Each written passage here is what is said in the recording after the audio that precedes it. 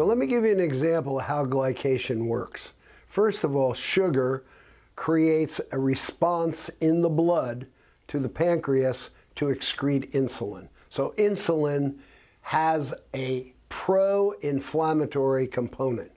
And insulin normally should be very low before you eat, rise during your food, and then fall again down to baseline. But in most people, they walk around with high insulin levels, which has a cellular effect. So let me explain how it works. When the body is exposed to food, sugar is absorbed into the bloodstream, and the door is closed. We're inside a cell right now. Insulin opens the door. It latches onto the cell, opens the door, and lets sugar come in. So now sugar's in the cell, and it can create energy.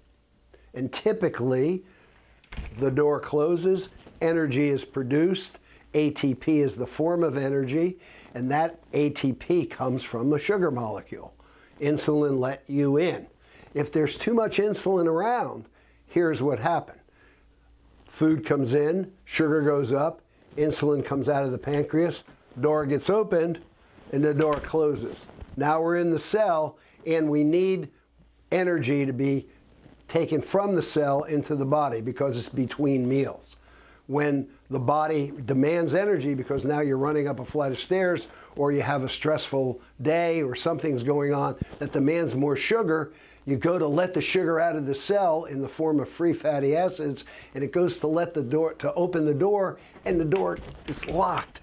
Insulin has locked the door.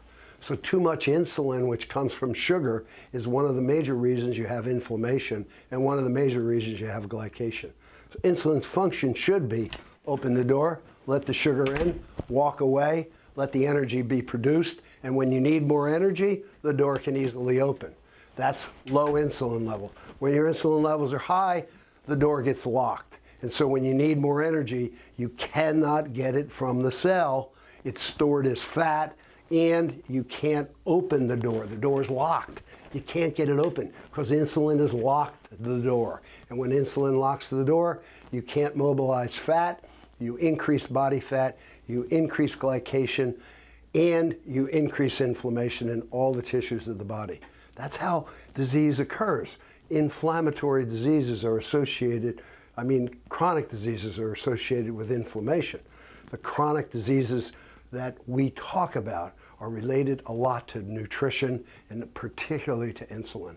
So we have to give you a full-blown description of how insulin affects you at the cellular level, and that's the way it is.